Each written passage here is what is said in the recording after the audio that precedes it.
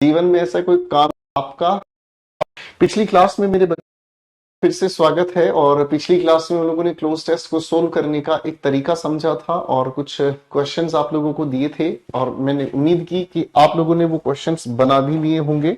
ठीक है बच्चों, मैं उम्मीद करता हूं वो क्वेश्चंस आप लोगों ने बना भी लिए होंगे। तो आप उसी उम्मीद से हम आगे बढ़ते हैं। पिछली क्लास में मेरे बच्चों हम लोगों ने इस क्वेश्चन को सोल्व किया था। ठीक है जी, हमने पिछली क्लास में इस कहानी को समझने का काम किया था। ठीक है, और हम लोगों ने एक बार मुझे जरा याद दिला दो बेटा, हम लोग कौन से प्रैक्टिस क्वेश्चंस की बात कर रहे थे। आज हमें क्वेश्चन नंबर 2 से कहानी शुरू करनी थी, राइट? है कि नहीं? होमवर्क दिया था मुझे याद है, ठीक है ना। और मुझे लगता है क्वेश्चन नंबर 2, 3, 4, 5, 6, 7 मुझे लगता है ये क्वेश्चन आप लोगों को दिए गए थे, है कि नहीं? है कि नहीं? फाइन। तो कितने बच्चों ने होमवर्क घर पर ट्राई किया है? ऑनेस्टली मुझे बताएं, कितने बच्चों ने ऑनेस्टली मुझे बताएं होमवर्क घर पे ट्राई किया है? बताओ, सच सच बताओ। सच नहीं बोलोगे तो ध्यान रखना दांत काले पड़ जाएंगे। ठीक है, फिर गली मोहल्ले वाले सारे कहेंगे जे लड़का तंबाकू खाता है का। हम बताएंगे जे तंबाकू नहीं, जे झूठ बोलता, पढ़ाई नहीं करता, झूठ बोलता, क्लास में कहता है कि हमने रिवीजन की है, हमने घर से काम किया है। चलो भाई, वेरी गुड। इस लिखे हुए पैसेज को पढ़ने की कोशिश करें। ठीक है, इस लिखे हुए पैसेज को पढ़ने की कोशिश करें, चीजों को समझने की कोशिश करें। ठीक है, आ जाओ मेरे दोस्तों।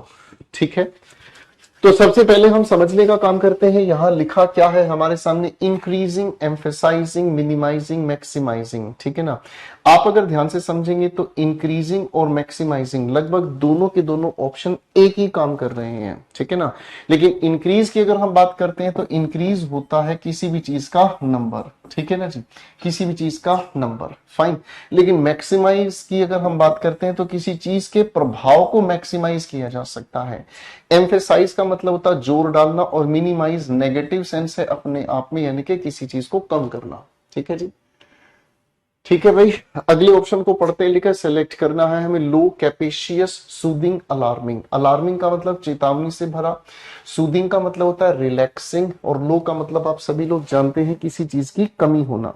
ठीक है ना, या किसी चीज का वॉल्यूम कम करना है, किसी चीज को कम करना। ठीक है जी, फाइन, किसी चीज को कम करना। Okay dear.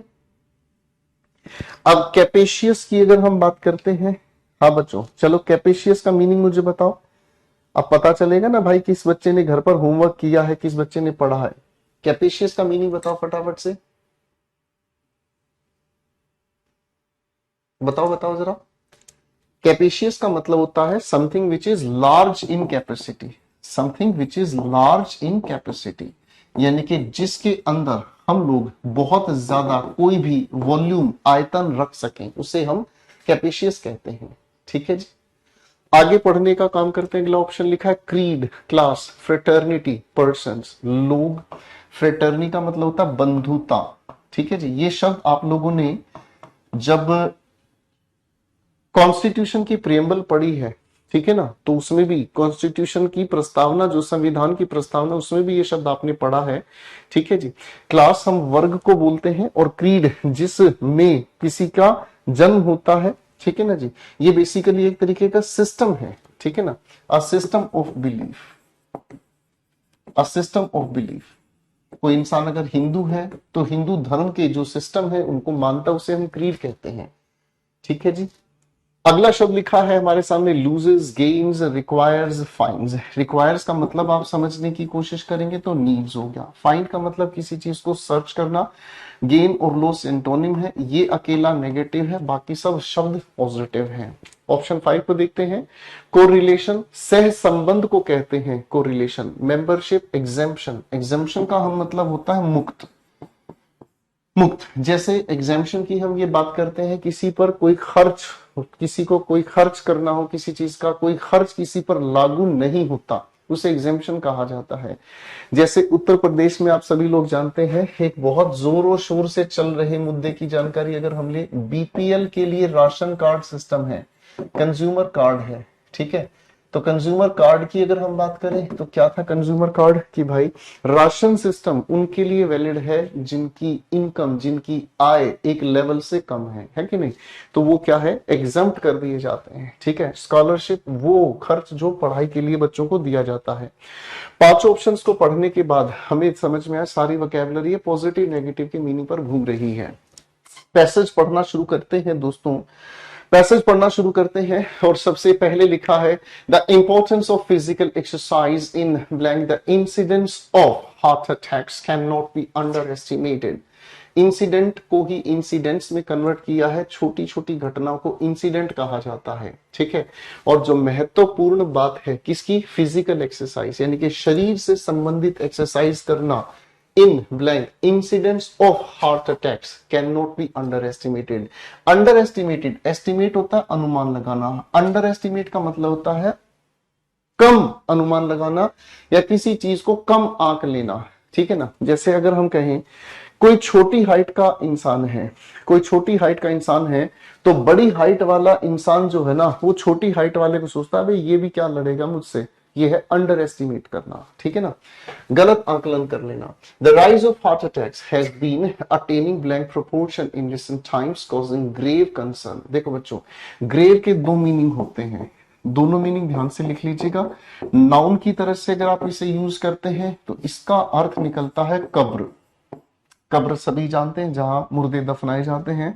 और ग्रेव को अगर एडजेक्टिव की तरह यूज किया जाता है तो ग्रेव का अर्थ होता है सीरियस। ठीक है, अब यहां ये जो यूज हुआ है शब्द कंसर्न जो कि नाउन है, नाउन से पहले ग्रेव अगर यूज हुआ तो एडजेक्टिव यानी कि चिंता कौन सी, जो सीरियस है। ठीक है ना, वर्तमान में जो हार्ट अटैक की सिचुएशन है, हार्ट अटैक की वजह से जो बढ़ती हुई चिंताएं हैं वो बहुत ज्यादा सीरियस हैं।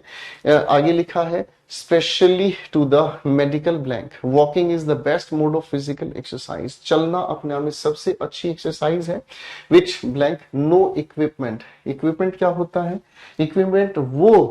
इक्विपमेंट वो चीजें हैं, वो यंत्र हैं जो आपके किसी काम को करने में मदद करती हैं। ठीक है, तो इसके लिए आपको कोई इक्विपमेंट की जरूरत नहीं है, आप अपना जूते चप्पल जो पहनो चल पड़ो भाई साहब, ना पैसे की जरूरत ना मटेरियल, और ब्लैंक ऑफ अ क्लब। ठीक है, तो आइए दोस्तों आंसर बनाना शुरू करते हैं। समझ में आ गया कि फिजिकल एक्सरसाइज की आज के समय में बहुत ज्यादा जरूरत है क्योंकि हार्ट अटैक के चांसेस लगभग हर जगह पर बढ़ते जा रहे हैं और ये बहुत सीरियस मैटर है।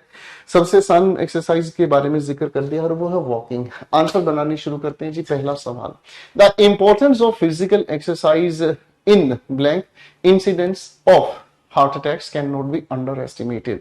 तो भाई संख्या में बढ़ते जा रहे हैं, ठीक है बच्चे, संख्या में बढ़ते जा रहे हैं हार्ट अटैक के ये चांसेस। ठीक है ना जी। The importance of physical exercise in, आगे लिखा है इंसिडेंट्स, हमने गलत बता दिया भाई, इंक्रीज नहीं कर रहे हैं। अगर हम फिजिकल एक्सरसाइज कर रहे हैं तो फिजिकल एक्सरसाइज की वजह से इंसिडेंट्स ऑफ हार्ट अटैक जो है वो कम हो रहे हैं। मिनिमाइजिंग करना होगा हमें। ठीक है जी, मिनिमाइजिंग करना होगा हमें। ठीक है, एक मिनट, हाँ ठीक है, मिनिमाइज हमें करने की इजाजत देता है अगर हम अपनी फिजिकल एक्सरसाइज पर मेहनत करें तो। आगे लिखा है can not be under estimated, the rise of heart attacks has been, the rise of heart attacks has been attaining, क्या चीज, लो, कैपेशियस, सूदिंग या alarming. The rise of heart attack इतनी संख्या में बढ़ते जा रहे हैं तो ये हम सभी के लिए एक तरीके की चेतावनी है, अलार्मिंग है। Proportion in recent times causing grave concern, हमारे लिए बहुत सीरियस चिंतन का विषय है। ठीक है, और किस चीज का, to the medical creed class fraternity persons.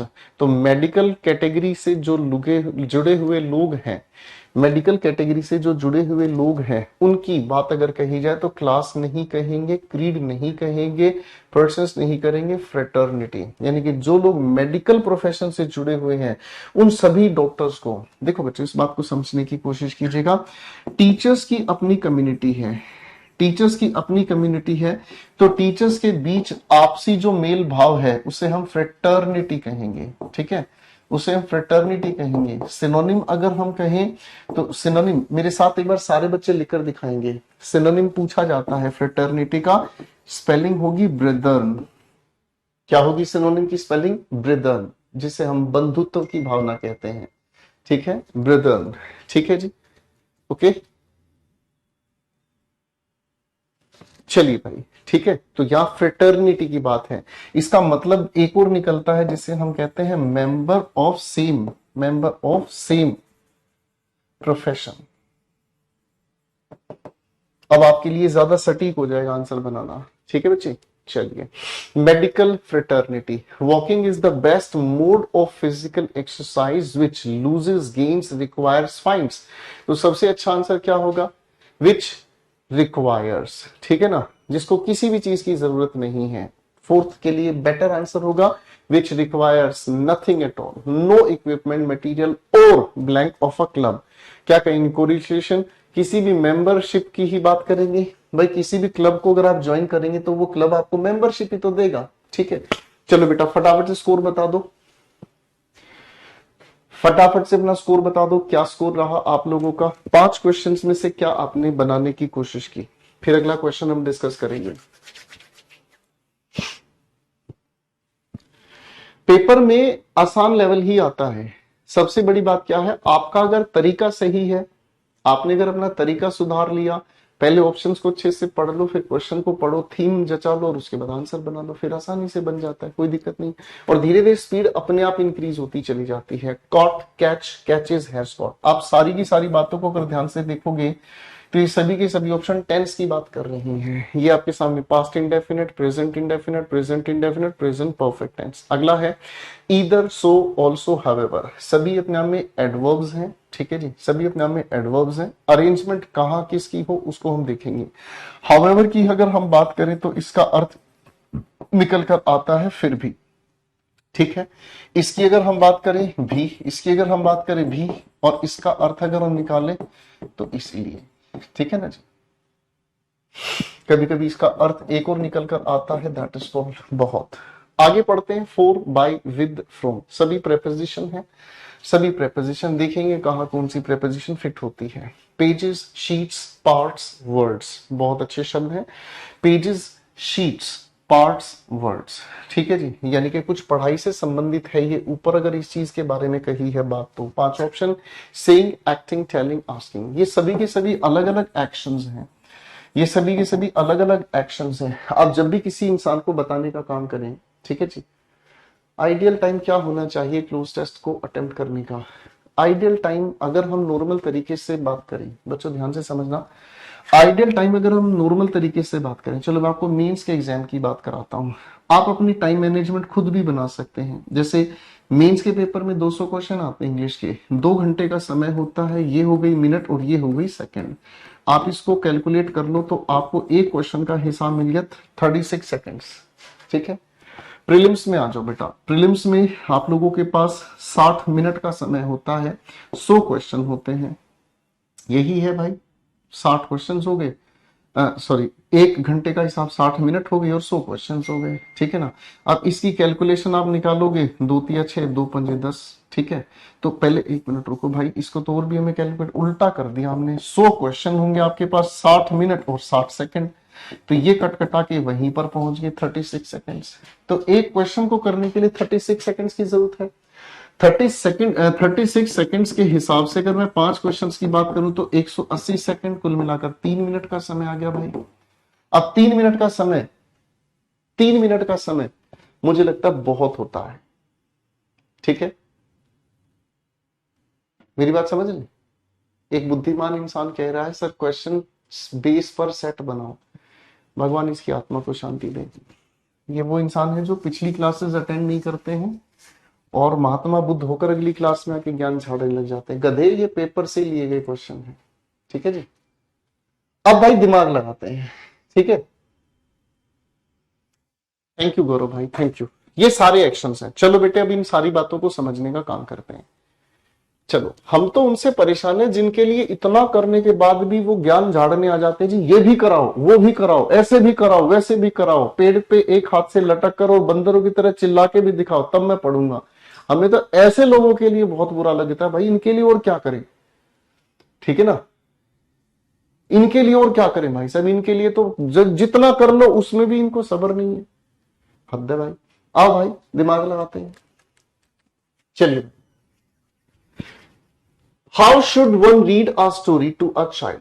किसी बच्चे को कोई कहानी पढ़कर कैसे सुनाई जाए? यूजुअली अ पर्सनैलिटी और कैरेक्टर ऑफ द स्टोरी, कोई भी पर्सनैलिटी, कोई भी कैरेक्टर किसी भी स्टोरी से निकाला जा सकता है। Blank the child interest the most, और वो कैरेक्टर या वो पर्सनैलिटी जो बच्चे को सबसे ज्यादा इंटरेस्ट दिला दे। ब्लैंक यूज डिफरेंट वॉइसेस, एक तरीका ये है कि अलग अलग वॉइसेस, इसे हम वॉइस या इसे हम इंटोनेशन भी कहते हैं। जब भी किसी बच्चे को कहानी सुनाई जानी चाहिए, है ना जी, बात समझ रहे हैं? तो भाई ऐसी कहानी सुनाते वक्त वॉइस में वेरिएशन दी जा सकती है, अलग अलग तरीके की वेरिएशन दी जा सकती है, अलग अलग तरीके की वेरिएशन दी जा सकती है। ठीक है, आगे लिखा हुआ है डिफरेंट वॉइसेस ईच कैरेक्टर और act out various blank from the story to bring life to those characters. Blank out parts from the story will make story sessions fun and memorable for the kids. पूरी की पूरी इस passage में story telling concept बताया गया है, कहानी कैसे सुनानी है उस चीज के बारे में। चलिए आंसर बनाना शुरू करते हैं। How should one read a story to a child? Usually a personality और character of the story blank the child's interest the most. अब देखो, इसका आंसर बनाने से पहले, टेंस को देखने से पहले, पूरे लिखे हुए इस पैसेज के अंदर देखो टेंस कौन सा है।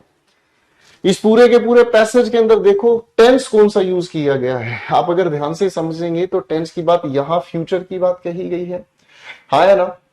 तो यानी कि बात सारी की सारी प्रेजेंट से रिलेटेड होनी चाहिए। पास्ट बाहर हो गया, अरे हाँ है ना, ठीक है।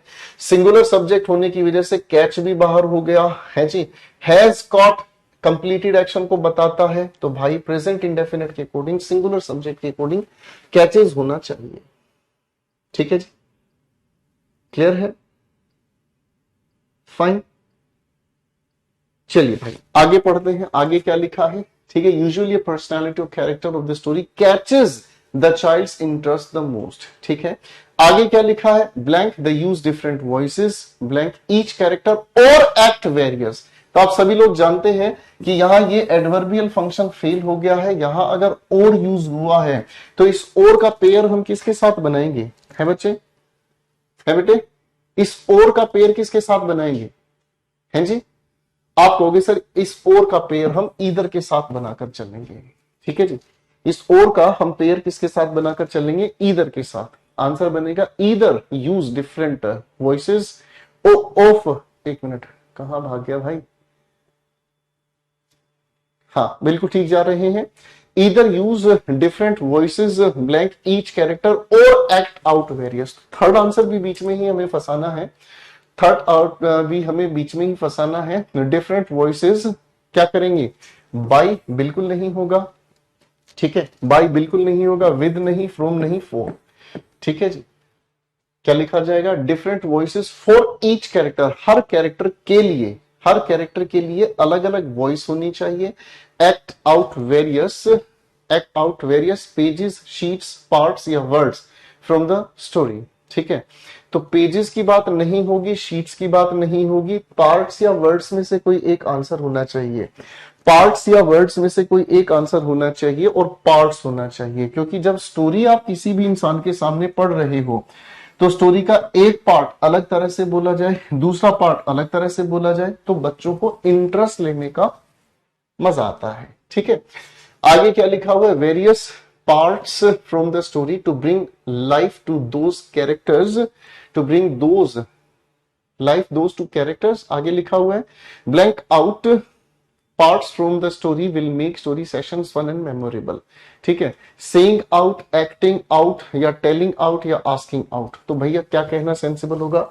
Acting out. ठीक है ना, अगर हम कहानी सुनाते सुनाते एक्टिंग भी डिलीवर करें, ठीक है, अगर कहानी सुनाते सुनाते एक्टिंग भी डिलीवर करें तो एक्टिंग डिलीवर करनी ही से ही वो कहानियां मेमोरेबल हो जाती हैं बच्चों के लिए। चलो बताओ फटाफट से आंसर क्या रहा, बताओ बेटे फटाफट से, आप लोगों का स्कोर क्या रहा? फिर अगले पैसेज की तरफ बढ़ते हैं।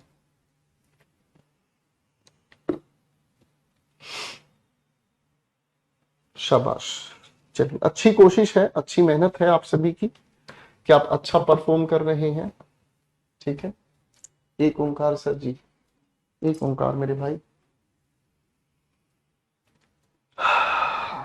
अब जो बालक कह रहे थे ना सर बैंकिंग में तो बहुत बड़े आते हैं, अब बड़े बड़े पैसेज इस तरफ आप बढ़ते चले जाएंगे।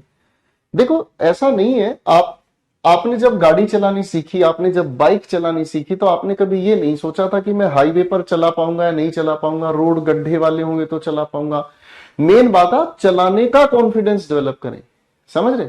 आप चलाने का कॉन्फिडेंस डेवलप करेंगे तो उसके बाद आपका परफॉर्मेंस सुधर जाएगा। आपको अगर ये क्वेश्चन सोल्व करने का तरीका अगर समझ में आ गया तो बैंकिंग में पूछ लो भाई, चाहे सीएचएसएल में पूछ लो, चाहे सीजीएल में पूछ लो, किसी भी पेपर में पूछ लो, आपके आंसर्स करेक्ट ही होंगे, ठीक है। वरना भाई फिर भी अगर किसी के मन में जी हमसे नहीं हो पा रहा है, तो भाई हमसे नहीं हो पा रहा है तो हम कोच कौन है भाई तुमको कराने वाले?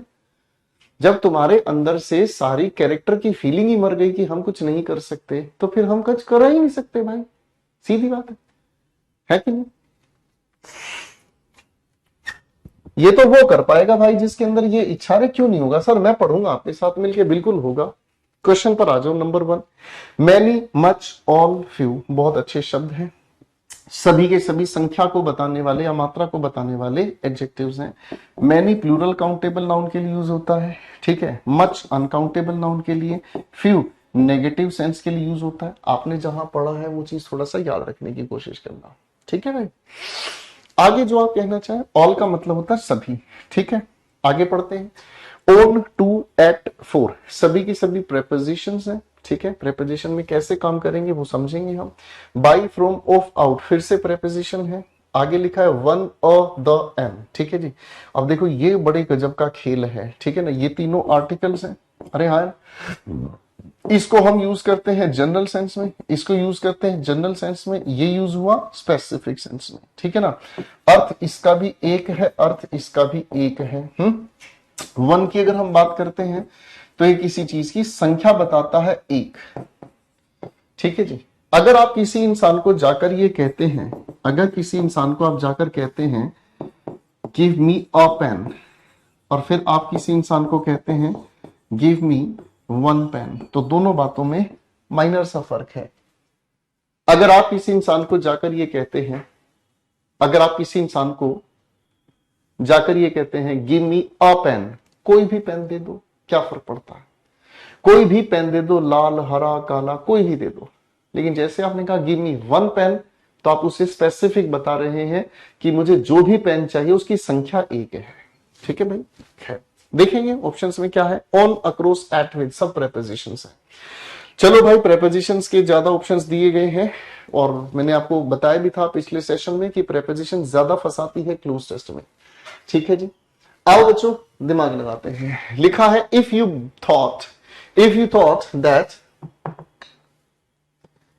दैट योगा, योगा भी बड़ा अच्छा शब्द है, कहते हैं ना अक्सर लोग योगा से होगा, ठीक है।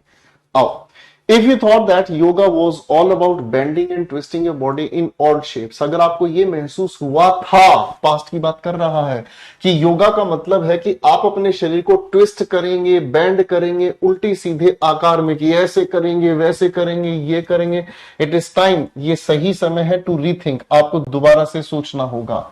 योगा इज, अब ध्यान से समझना, टेंस का स्विच हो गया है। अब ध्यान से समझना, टेंस का स्विच हो गया है। यहां पर तो आपकी वो सोच जो आप पहले सोचते थे, यहां पर इसने आपकी सोच को नई दिशा में लेके चला, यानी कि कुछ नया सोचने के लिए आपको प्रेजेंट में मजबूर कर दिया। Yoga is blank more, in very simple words giving care blank your body mind and breath is yoga. आप अपने शरीर, दिमाग, सांस को समय दें और उसकी केयर करें, ठीक है जी। शरीर की केयर करें, इसको ही योगा कहते हैं।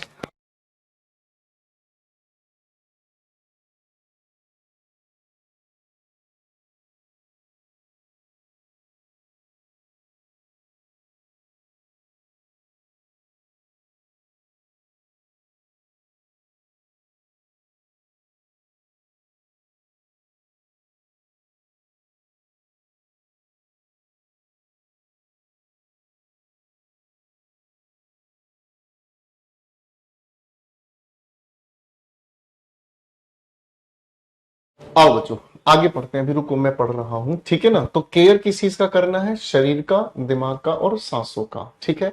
डिराइव्ड द संस्कृत वर्ड युग, युग से ये शब्द बना है, विच मीन्स टू यूनाइट, ठीक है ना।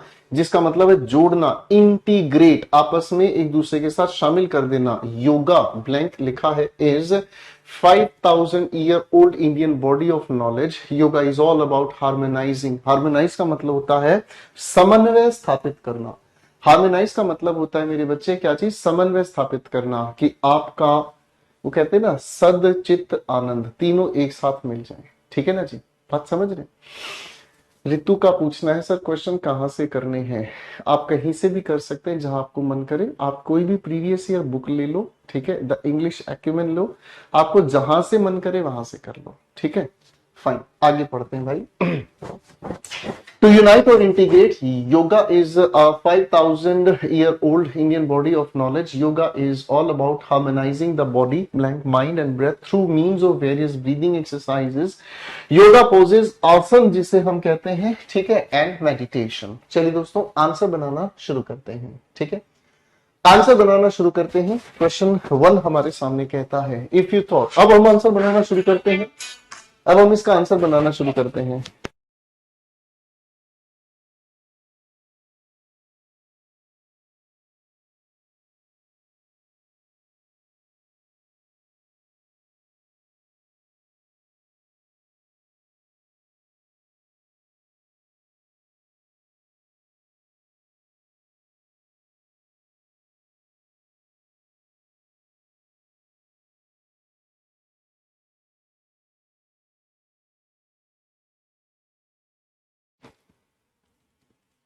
चलो भाई,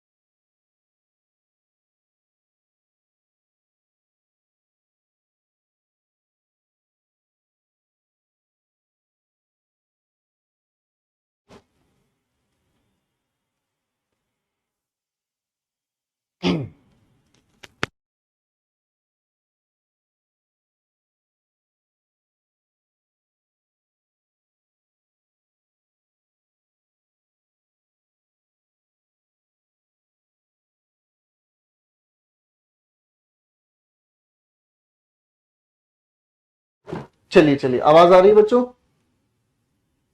आगे क्वेश्चन की बात करते हैं तो लिखा हुआ है yoga is much more in very simple words giving care. आगे क्या लिखा है, टू योर बॉडी। ठीक है ना, टू हम किसके लिए यूज करते हैं, टू हम यूज करते हैं रेसिपिएंट के लिए, टू हम यूज करते हैं रिसीवर के लिए, बेसिकली जो रिसीव करता है। जैसे आपने कभी बचपन में कोई लेटर लिखा हो, ठीक है ना, तो आप लेटर लिखते थे किसके लिए, जिसके लिए भी लेटर लिखते थे टू लिखकर लिखते थे। जैसे टू के बाद आपने लिख दिया कोई भी एबीसीडी नाम एड्रेस लिख दिया, तो इस टू का मतलब क्या हुआ, उस इंसान जिसको वो लेटर लिखने, वो उस लेटर का रिसीवर है। ठीक है, वो इस लेटर का कौन है, रिसीवर है, रिसीव करेगा। तो क्या हो गया, यहां पर हमें क्या लिखा, गिविंग केयर। केयर को कौन रिसीव करेगा, बॉडी माइंड और ब्रेथ। तो यहां टू के अलावा कुछ और नहीं। आगे बढ़ते हैं, लिखा है डिराइव्ड। डिराइव के साथ हम हमेशा फ्रॉम प्रेपोजिशन का यूज करते हैं। डिराइव के साथ हम हमेशा फ्रॉम का यूज करते हैं, और डिराइव फ्रॉम का मतलब होता है किसी चीज से कोई अर्थ निकालना। ठीक है ना, किसी चीज से कोई अर्थ निकालना, ठीक है, या सार निकालना, अर्थ निकालना, या किसी चीज का कोई सार निकालना। ठीक है भाई, फाइन। आगे देखते हैं, लिखा है हमारे सामने derive from the Sanskrit word युग। आगे लिखा है विच मीन्स टू यूनाइट और इंटीग्रेट। योगा इज और यहां पर अ का हम यूज करेंगे, ठीक है, जनरल सेंस में। संख्या तो हम बता नहीं रहे हैं, द का यूज हम स्पेसिफिक नहीं बताएंगे। योगा अपने आप में एक ऐसी प्रैक्टिस है जो करीब 5000 साल पहले से आ रही है।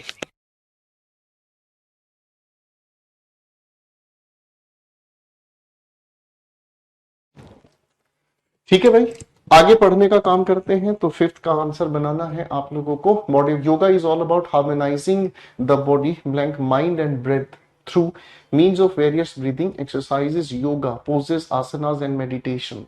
तो नंबर 5 के लिए हमें क्या करना होगा भाई? हार्मोनाइज के साथ हम ओन यूज नहीं करते, अक्रोस यूज नहीं करते, हार्मोनाइज के साथ हम विद यूज करते हैं, और इसे हम कहते हैं समन्वय स्थापित करना। पीडीएफ आपके नोट्स वाले सेक्शन में डल चुकी है। पीडीएफ आपके नोट्स वाले सेक्शन में डल चुकी है। ठीक है, चलो भाई अपना स्कोर बताओ फटाफट से, क्या स्कोर रहा आपकी बार? स्कोर बताओ बेटा, क्या रहा आपका?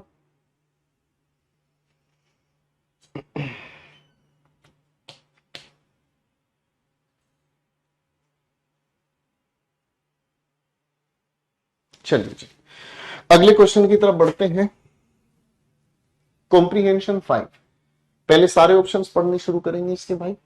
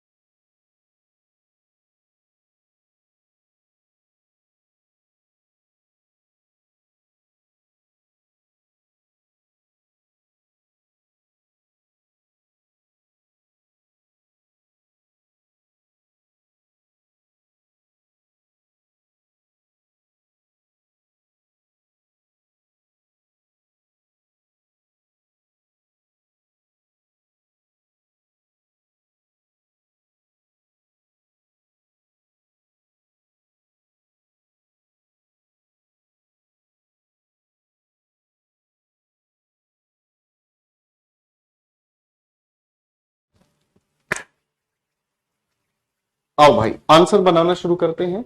वाइल, वे साइड, इंटरवल, बिट। ठीक है जी।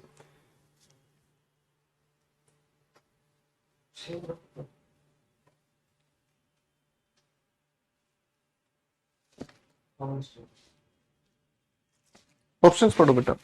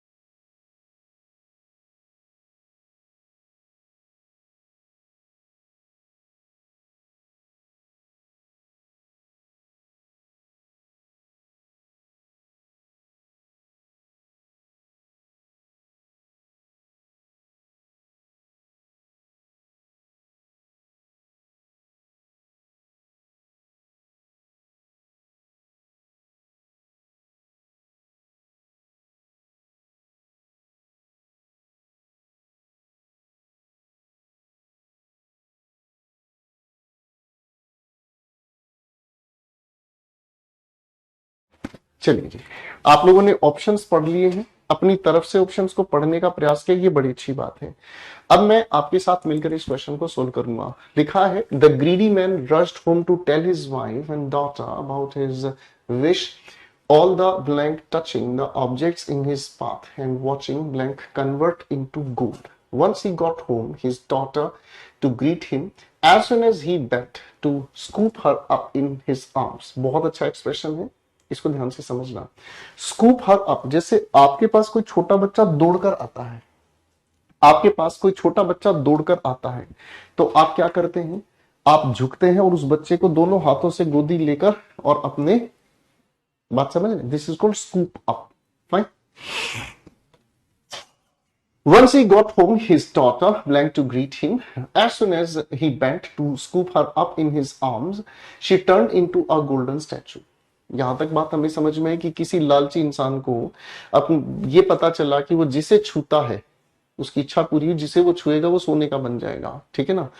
फाइन, जिस चीज को वो छू रहा है रास्ते में किसी भी चीज को, तो वो सोने की बन जाती है, ठीक है ना। यही चीज बताने के लिए अपने घर भागा, उसकी बेटी उसकी तरफ दौड़कर आई और वो जैसे ही उसने झुककर उसको गोदी लेने की कोशिश की, तो क्या हुआ, शी टर्न इनटू का मतलब होता है रूप बदल जाना, किसी चीज को बदल देना, ठीक है, टर्न इनटू कह देता है, ठीक है जी। फाइन। आगे लिखा हुआ, संतोष बेटा क्वेश्चन पे ध्यान दो। लिखा है, turn into a golden statue, he was blank and started crying and trying to bring his daughter back to life. रोने लग गया। तो ये एक लालच को बताने वाली एक छोटी सी कहानी है। अब आंसर बनाने शुरू करेंगे मेरे दोस्तों, थोड़ा ध्यान दीजिएगा, ठीक है। The greedy man rushed home to tell his wife and daughter about his wife all, लिखा है touching the objects, while continuity को बताने का काम करता है, ठीक है। वाइल की जब भी हम बात करते हैं तो वो किसी भी चीज की कॉन्टिन्यूटी बताने का काम करता है। पैरेलल कोई चीज कंटिन्यू चल रही है, जैसे जैसे वो टच करता चला गया अपने रास्ते में हर चीज को, एंड वॉचिंग देखता रहा, क्या चीज, एंड वॉचिंग देयर, आगे लिखा है देम, देयर, दोस्त, तो उन चीजों के लिए आप यहां ऑब्जेक्ट्स के लिए प्रोनाउन यूज करना है। तो ऑब्जेक्ट्स के लिए प्रोनाउन कौन सा यूज करोगे बच्चों, ऑब्जेक्ट्स के लिए आप करेंगे देम, उन्हीं चीज को कन्वर्ट होते हुए उसने देखा सोने में, ठीक है। आगे क्या लिखा है, once he got home his daughter, घर जैसे ही पहुंचा, ठीक है, तो rushing, was rush, has rushed, rushed, तो ये दोनों हटेगी बातचीत, ठीक है ना। तो हिज डॉटर, ये हमारे सेंटेंस की सब्जेक्ट की बात कर रहा है, तो वर्ब चाहिए टेंस के according. His daughter rushed to greet him, his daughter rushed to greet him, उसकी जो बेटी है वो उसकी तरफ दौड़कर आई, उसकी बेटी दौड़कर आई उसको बधाई देने के लिए, ठीक है। जब बेटी दौड़कर आई बधाई देने के लिए, बधाई तो खैर नहीं कहेंगे, यहाँ पर ग्रीट होता है किसी को वेलकम करना, नमस्ते करना, आदर सत्कार करना। As soon as he bent, bent के साथ आप जानते ही हैं, हमेशा बेंट के साथ हमेशा डाउन, नीचे की ओर वो झुका, to scoop her up in the arms, she turned into golden statue, he was demolished, devastated, determined, destroyed and started, ठीक है जी। डिमोलिश होता है किसी बिल्डिंग को तोड़कर खराब कर देना, खत्म कर देना, ठीक है जी। डिवास्टेटेड का मतलब उदास होना, डिटरमाइंड फिक्स्ड होना, किसी चीज के लिए अपना मन पक्का कर लेना, ठीक है जी, है ना, ठीक है।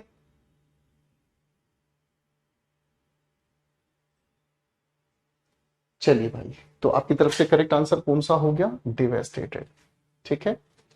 चलिए भाई, स्कोर बताओ फटाफट से, यहां पर आप लोगों का क्या स्कोर रहा।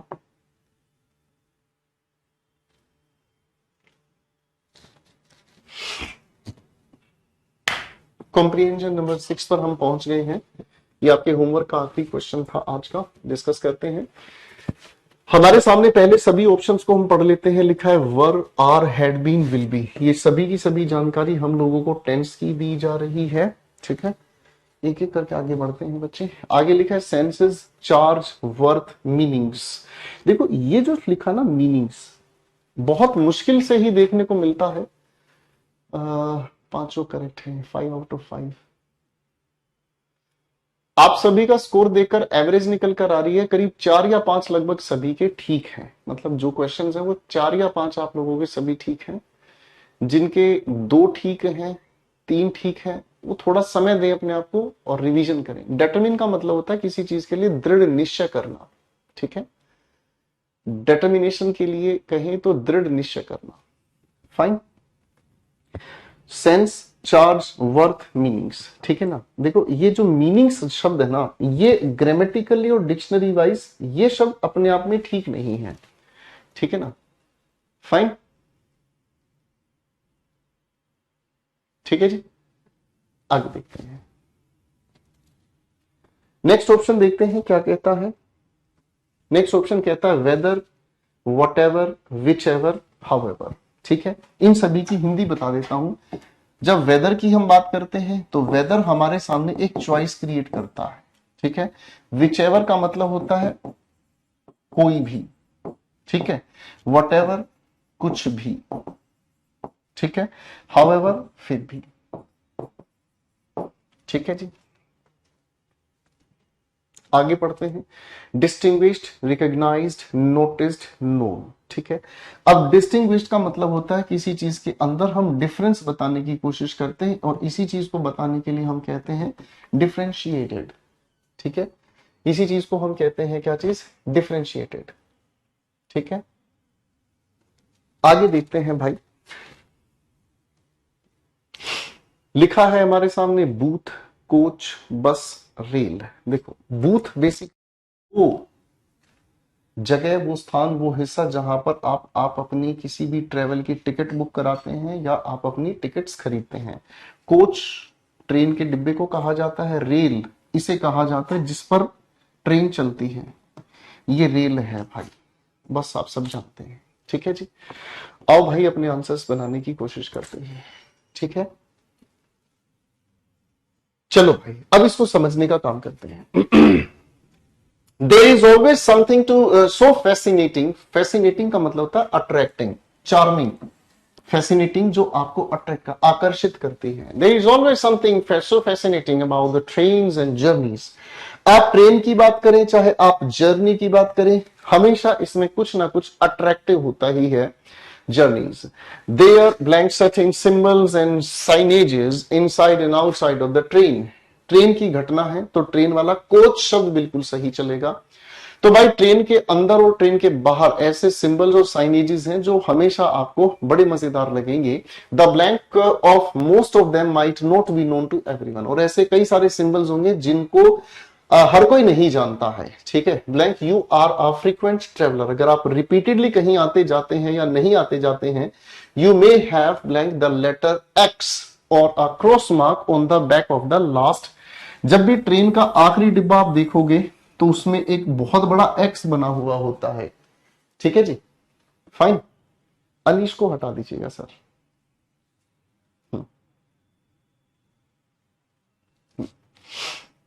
ठीक है।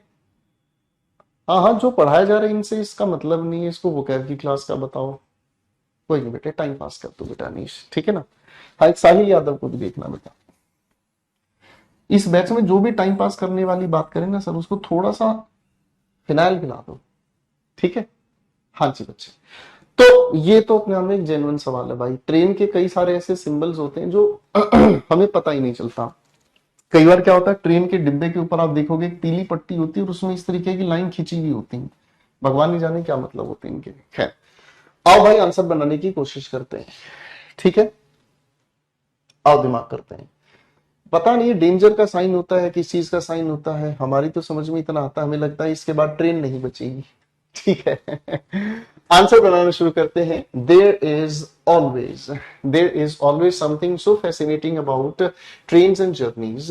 देयर आगे लिखा है सर्टेन सिंबल्स। तो भाई बात प्रेजेंट में चल रही है, तो प्रेजेंट के अकॉर्डिंग इनमें से कोई भी बात नहीं करेंगे। There are certain symbols and signages inside and outside of the train. The लिखा है आगे सेंसेस, चार्ज, वर्थ, मीनिंग्स, ठीक है। Of most of them might not be known to everyone. तो यहां सेंसेस की बात नहीं की है, चार्ज की बात नहीं, वर्थ नहीं। अब मीनिंग्स की ही बात हमें करनी होगी। अब मीनिंग्स ग्रामेटिकली कोई शब्द नहीं है, ठीक है जी। मीनिंग्स ग्रामेटिकली कोई शब्द नहीं है, लेकिन यहां इसका जो मतलब निकल रहा है अलग अलग अर्थ, ठीक है ना। किसी चीज का अर्थ आप कुछ निकाल सकते हैं, बोलने वाले के हिसाब से उसका अर्थ कुछ और होगा, ठीक है जी। किसी के हिसाब से कोई और अर्थ होगा और किसी का अर्थ कोई और निकलेगा। ठीक है भाई, तो यहां पर मीनिंग्स कह देना ही सबसे ज्यादा बेहतर होगा। ठीक है जी, लिखा है क्या चीज, the meanings of most of them might not be known to everyone. ठीक है, आगे लिखा है क्या चीज, हमारे पास थर्ड क्वेश्चन आ गया है, blank you are a frequent traveller or not. ठीक है ना जी, whichever whatever however, अभी इनमें से कोई एक आंसर हमें चुनना है, लेकिन उससे पहले आगे देखना है क्या लिखा होगा, you are a frequent traveller or not, you may have, पहले फोर्थ का आंसर बनाएंगे बेटे फिर पता चलेगा। यू मे हैव लिखा है डिस्टिंग्विश्ड, रिकॉग्नाइज्ड, नोटिस्ड, नोन, भाई नोटिस ही किया जाता है। ठीक है, नोटिस का मतलब क्या होता है, किसी चीज को केयरफुली देखना। ठीक है ना, तो इसका मतलब क्या हुआ, टू लुक एट, STH का मतलब समथिंग मान के चलिएगा आप लोग। ठीक है, to look at something carefully. ठीक है जी, to look at something carefully, fine. तो आगे इसने क्या कहा है, लेट अस सी, आगे इसने क्या कहा है, यू मे हैव नोटिस, ये तो करेक्ट आंसर नोटिस के साथ ही बनेगा। आगे देखते हैं क्या लिखा है, you have notice the letter X और a cross mark on the back of the last coach, coach की ही बात करेंगे। ठीक है जी, कोच को ही हम हिंदी में डिब्बा भी कहते हैं। ठीक है ना, जो ट्रेन का डिब्बा है, ठीक है ना जी, बेसिकली कोच तो अंग्रेजों ने शब्द दिया था हमें। ठीक है ना जी, कोच हमें ब्रिटिश इंग्लिश ने शब्द दिया है, वास्तविक रूप से इसे कार कहा जाता है। ठीक है ना जी, जो ट्रेन का डिब्बा है या मेट्रो का डिब्बा है उसे कार कहा जाता है। कल को आप बोलने की कोशिश अगर करें किसी के सामने, तो आप ये कह सकते हैं, जैसे आप मेट्रो में ट्रेवल कर रहे हैं, तो मेट्रो में ट्रेवल करते वक्त आप यही कहें कि I am in the third car of this metro. ठीक है, कोच पुराना शब्द है, बोला जाता है, कहा जाता है। अब इसका आंसर मुझे जानना है, अब इसका आंसर मुझे जानना है। ठीक है जी, तो आप चॉइस की बात कर रहे हो ना बच्चे, यहां चॉइस दी है ना कि आप रेगुलर ट्रेवल करते हो या नहीं, तो चॉइस की बात कही गई है, तो ए के साथ ही इस चॉइस को हम मार्क करेंगे। चलो बेटा, अब मुझे बताओ आपका स्कोर क्या है।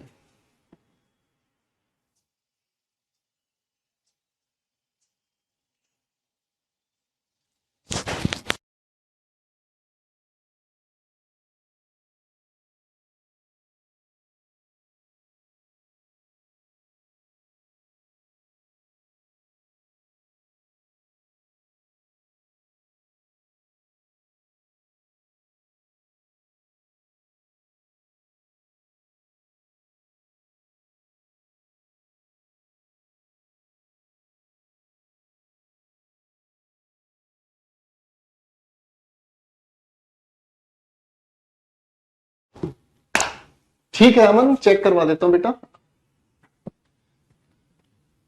शाबाश भाई, बहुत ही अच्छा स्कोर जा रहा है, 5।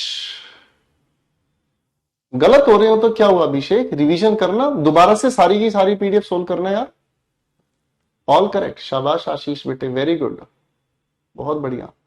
गलत हो रहे हैं तो इससे डरने की जरूरत नहीं है, गलत उनके हो रहे हैं जो कोशिश कर रहे हैं, आप कोशिश भी तो कर रहे हो ना, ये भी तो मैटर करता है ना। ठीक है ना, अब एक फर्जी कमेंट पढ़कर सुनाता हूं, लिख रहा है, प्लीज मेरा SSC CGL प्री मेंस पास कर गए हैं, शॉर्टलिस्ट में मेरा नाम आ गया है, मेरी समस्या यह है कि सर पैसा भी बोर्ड में देना पड़ेगा। ये संतोष कुमार है। अरे बेटे तुम पढ़े लिखे मूर्ख इंसान हो क्या, मैं यहाँ बोर्ड का पैसा देना बताऊंगा क्या आपको, मैं तो आपकी तैयारी करवा रहा हूँ, आपका पेपर में सिलेक्शन हो जाए, बात खत्म यार, हद है। कि संतोष ने एक आंसर नहीं बनाया सर, एक क्वेश्चन का आंसर इसने नहीं बताया, बस ये पूछ रहा है जी मुझे बोर्ड में भी पैसा देना होगा। चलिए भाई, ठीक है दोस्तों, अब आप लोगों का होमवर्क मैं दे देता हूं, ये आप लोगों की जो अगली शीट है, मतलब अगले जो कॉम्प्रीहेंशन है भाई, 7, 8, 9, 10, 11, 12, 13 और इसको आप 15 तक सोल्व करेंगे। ठीक है जी, 15 तक सोल्व करेंगे। ठीक है जी, अब फिर मुलाकात होगी आपसे अगली क्लास में, 15 तक इन्हें आप सोल्व करेंगे। ठीक है जी, तो मस्ती के साथ तैयार कीजिए अपने आप को और रिवीजन कीजिएगा, जिनसे आंसर्स नहीं बन पा रहे हैं डरो मत यार, दोबारा से एक बार पूरी PDF को देखें और सोल्व करें। Thank you very much, take care, God bless you.